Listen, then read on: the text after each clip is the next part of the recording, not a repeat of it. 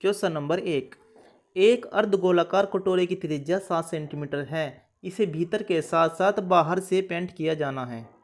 इसे 6 रुपये प्रति 4 सेंटीमीटर स्क्वायर की दर से पेंट करने की लागत कितनी है? पाई बराबर 22/7 ले।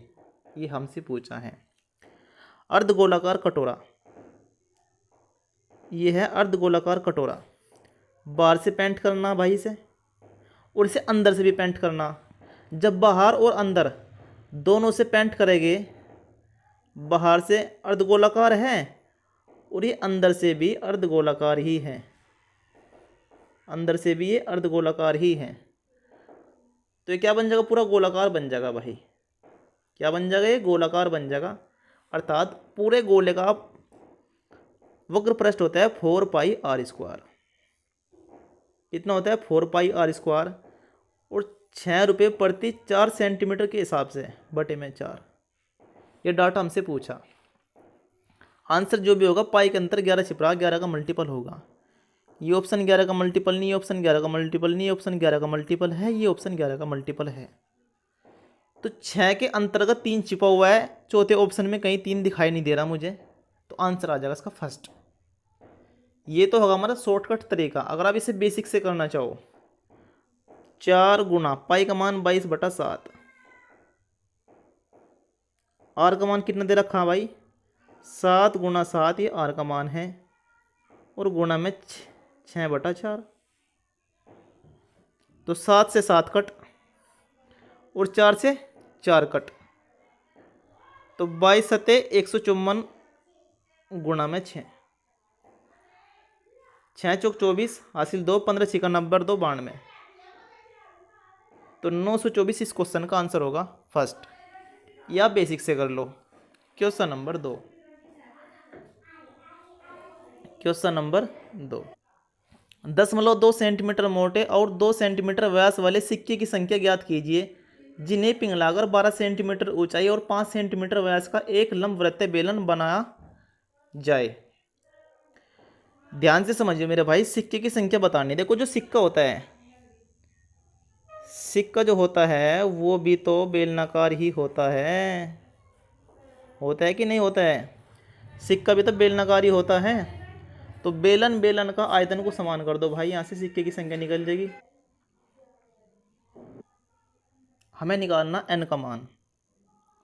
तो बेलन का आयतन क्या होता है? πr²h। पाई कांस्टेंट है दोनों तरफ। आर का मान कितना है? 2 सेंटीमीटर व्यास है, तो त्रिज्या कितनी आ जाएगी? 1। तो 1 गुना 1। और h का मान कितना है? h का मान है 10.2। 10.2 का मतलब होता है 1/5। ये बराबर किसके हैं भाई?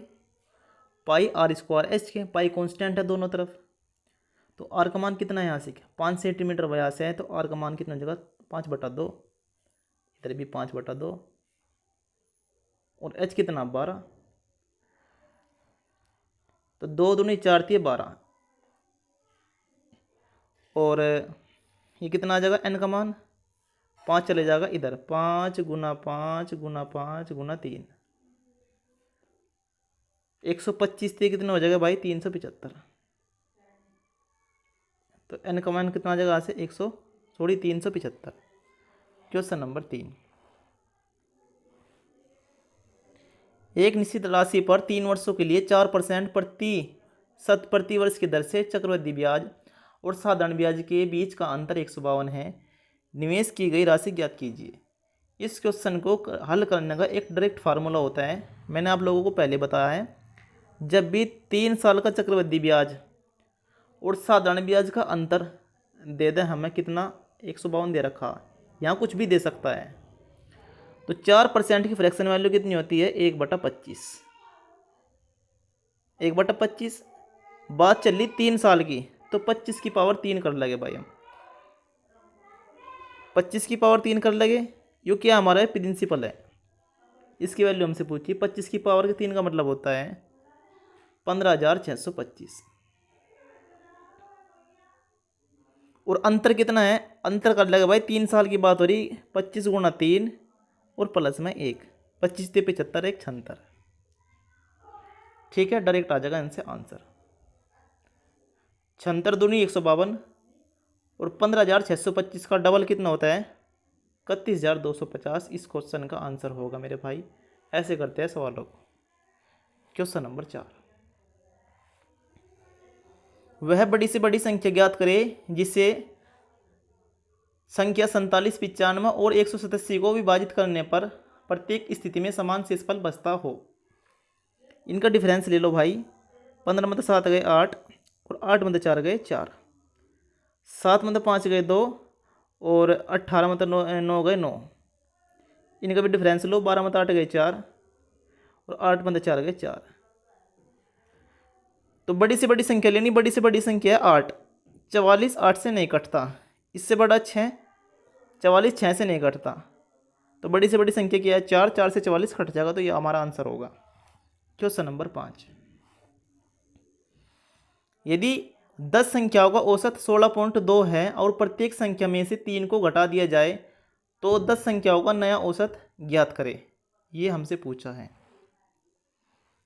10 संख्याओं का औसत 16.2।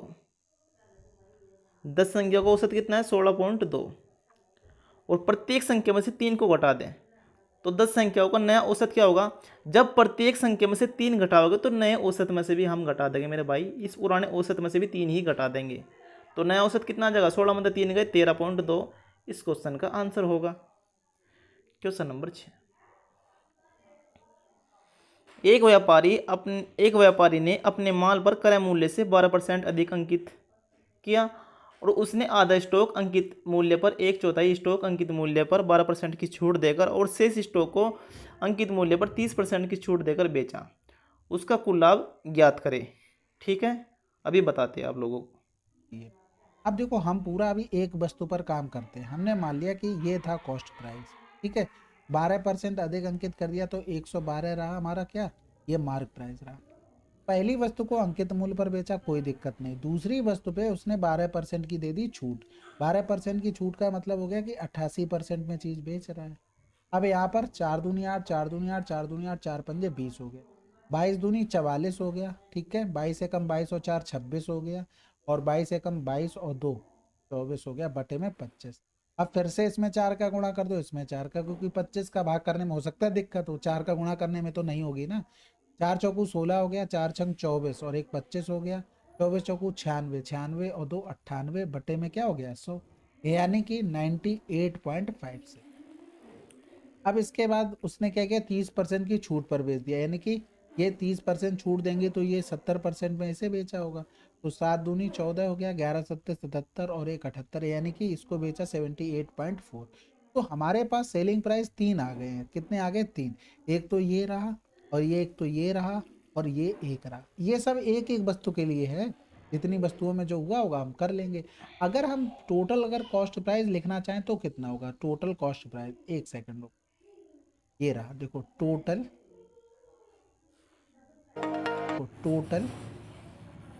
Cost price. Total cost price हम तभी लिख पाएंगे जब हमें टीपी तो पता है, टोटल वस्तुएं पता हो। तो पहली कंडीशन में उसने आधा बोला, दूसरी कंडीशन में 1/4। तो हम 2 और 4 का एलसीएम लेके हम वस्तुएं मान ले। हमने मान ली टोटल वस्तुएं 4, तो गुणे में 4 कर देंगे, यानी कि टोटल कॉस्ट प्राइस 400। अब इसी 4 के हमें भाग करने हैं। पहले आधा करेंगे तो 2 हो गया, फिर 1/4 करेंगे तो 1 हो गया। अब टोटल 4 वस्तुएं थी तो 1 यहाँ पर बच गई। अब कितना प्रॉफिट हमें लॉस निकालना कुल मिलाकर परसेंटेज में, बस इसी पे काम करना है। पहले को अंकित मूल्य पर ही बेचा, यानी कि 100 की चीज 112 में बेच दी। कितने का प्रॉफिट हुआ? 12 का। 12 रुपए का प्रॉफिट हुआ एक में। यहाँ पर टोटल 12 का गुणा, यानी कि 2 वस्तुओं में कितने का होगा? 24 रुपए का प्रॉफिट होगा। आगे देखो, 1/4 को 12% की छूट पर बेचा, यानी कि इतने रुपए में बेचा। यहाँ पर अगर हम देखेंगे तो हमें लॉस हो गया, क्योंकि 100 रुपए की चीज थी, बेच दिया 98.56 में। कितने का लॉस हुआ? 100 से पूरा 99 घटाएंगे 1, और 100 से अगर 56 घटा देंगे तो बचेगा हमारे पास 44, यानी कि 1.44 का हमें लॉस हुआ एक वस्तु पर। 1.44, ठीक है। ये हमारे पास लॉस हो गया, ये प्रॉफिट हो गया, ठीक है। फिर कह रहा था शेष स्टॉक को अंकित मूल्य पर 30% की छूट देकर बेच दिया। अब ये बेचा है 30% छूट, यहाँ पर भी लॉस हो गया 78.4। कितने का लॉस हुआ? 100 से पूरा 79 जाएगा तो 21, और 10 से 4 गया 6। इतने का लॉस हुआ एक वस्तु पर। यहाँ पर वस्तु भी एक थी, यानी कि ये क्या हो गया? ये भी लॉस हो गया। टोटल लॉस अगर देखेंगे तो 4 6 4 10 की 0 हासिल लगा, एक 2 हो गया, 2 और एक 3 हो गया, यानी कि 23.04। और यहाँ पर प्रॉफिट कितना था, 24 था, यानी कि अल्टीमेट हमें क्या हुआ है, प्रॉफिट हुआ है। ठीक है, कितने रुपए का प्रॉफिट हुआ है, यहाँ से हम घटा देंगे, 24 से पूरा 24 चला जाएगा तो 0 हो गया, और इधर 100 से 4 जाएगा तो 96, यानी कि इतने का हमें क्या हुआ है, लॉस हुआ। यानी कि 96.96 का लॉस हुआ हमें 400 रुपए पर, गुणे में कर देंगे ये 100। ठीक है, कैंसिल आउट हो गया, इधर करेंगे पॉइंट, 4 दूनी 8 हो गया, बचा कितना, 1 4 चौकू 16, यानी कि 0.24% का। Question number 7। मोहित ने 3500 में एक मेज़ खरीदी और उसके ऊपर कुछ खरोंच के होने के कारण उसे 3200 में बेच दिया। उसका हानि प्रतिशत ज्ञात कीजिए। मैं इसका रेशो ले लेता हूँ, 0 से 0 काट दो भाई, 35:32। 35 का सामान 32 में बेच दिया, 3 रुपये का लॉस होगा किस पे, 35 पे, गुना में 100%। 5 सत्ते 35, 5 तक काट दो 20 बार, 20 तिये 60, 7/7, 7×8 = 56, 10 लगाई, 7 पंजे 35 और 7 7 49, तो 8.57 इस क्वेश्चन का आंसर होगा। Question number 8। यदि 2021 में व्यक्तियों की कुल संख्या इतने से 2022 में इतनी हो गई तो जनसंख्या में कितने प्रतिशत का परिवर्तन हुआ। इस 0 से 0 हटा दो भाई, ये हटा दी मैंने, 3 0 से 3 0 हटा दी, 245 से 294 होगी, कितनी बढ़ गई है, 14 में 5 गए 9 और 8 में 4 गए 4, ये बढ़ गई 49 किस पे, 245 पे, और गुणा में 100%। ये आ जाएगा भाई, 9 पंजे 45, हासिल 4, 4 पंजे 20, 4 24, से कट जाएगा 5 बार, और 5 से कट जाएगा कितनी बार, 20 बार, तो 20% इस क्वेश्चन का आंसर होगा। Question number 9। यदि P बटा Q बराबर 10.5 है तो 3P minus Q 3P plus Q है। देखो 5.5 का मतलब होता है 5/10 अर्थात 1/2, तो P का मान कितना है, 3, तो 3 - 2 और 3 + 2, तो 1/5 इस क्वेश्चन का आंसर होगा भाई। Question number 10। यदि किसी भिन्न के अंश में 17% की वृद्धि कर दी जाती है और उसके हर में 12% की कमी कर दी जाती है तो भिन्न का मान 39/44 हो जाता है। मूल भिन्न ज्ञात करें। माना भिन्न x/y है,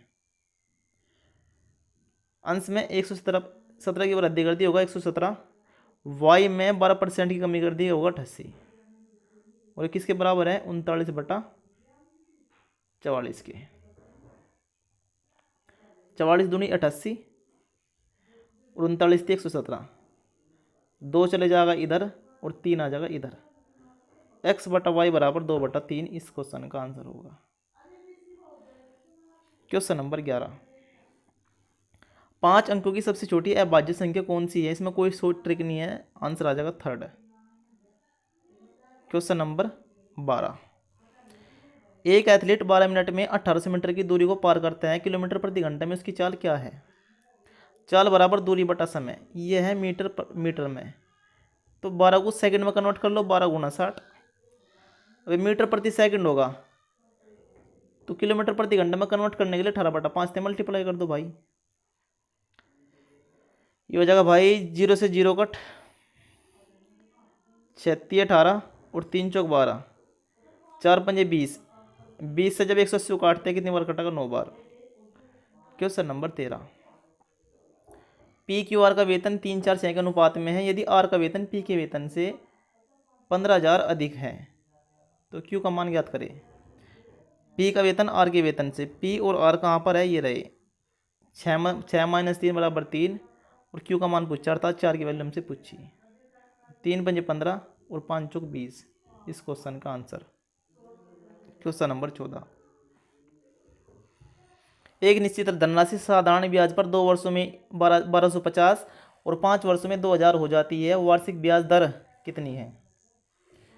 देखो 5 वर्षों में तो हो रही 2000 और 2 वर्ष में कितनी हो रही 1250, ये 2 वर्ष में है 1250। तो 5 मतलब 2 गए, कितने बच गए 3। तो 3 साल में क्या गेम हो रहा, 3 साल में 0 0 5 के 5 9 मतलब 2 गए 7। तो 3 साल में 750 ब्याज मिल रहा। तो एक साल में कितना ब्याज मिल रहा, एक साल में ब्याज मिल रहा भाई 250। एक साल का ब्याज 250 आगा। यहाँ से प्रिंसिपल निकाल लो रेट निकालने के लिए। अगर एक साल का ब्याज 250 है तो 2 साल का ब्याज कितना हो जाएगा, यहाँ से 250 का डबल कितना होता है भाई 500। तो 1250 में तो 500 माइनस कर दो, कितना आ जाएगा 750। ये क्या आगा हमारा प्रिंसिपल। और एक साल का ब्याज कितना है 250 और गुणा में 100%। तो यहाँ से रेट निकल जाएगी भाई 25 3 75 100/3 का मतलब होता है 33 से 1/3। क्वेश्चन नंबर 15 जो इस मॉक का अंतिम क्वेश्चन है। ए अकेला किसी काम को 12 दिन में पूरा कर सकता है, बी अकेला उसी काम को 18 दिन में पूरा कर सकता है। यदि एक साथ मिलकर काम करते हैं और उसे पूरा करते हैं तो कुल 6000 में ए का हिस्सा कितना है। डायरेक्ट आप एफिशिएंसी पर अटैक करो भाई। ये टाइम है, टाइम का जस्ट उल्टा एफिशिएंसी होती है। 6 दूनी 12 36 18। तो एफिशिएंसी जस्ट इसकी उल्टी होगी 3:2। ये एफिशिएंसी का रेशियो आगा, एफिशिएंसी में ही पैसा बढ़ता है। पैसे कितना 6000, क्वेश्चन के अकॉर्डिंग 3 और 2 5 है पैसा। तो क्या पूछा, ए का हिस्सा अर्थात 3 की वैल्यू हमसे पूछी। 5 से कट्टा कितनी बार 12 बार, या 1200 और 1200 की 3 में मल्टीप्लाई करेंगे 3600 इस क्वेश्चन का आंसर। Thank you.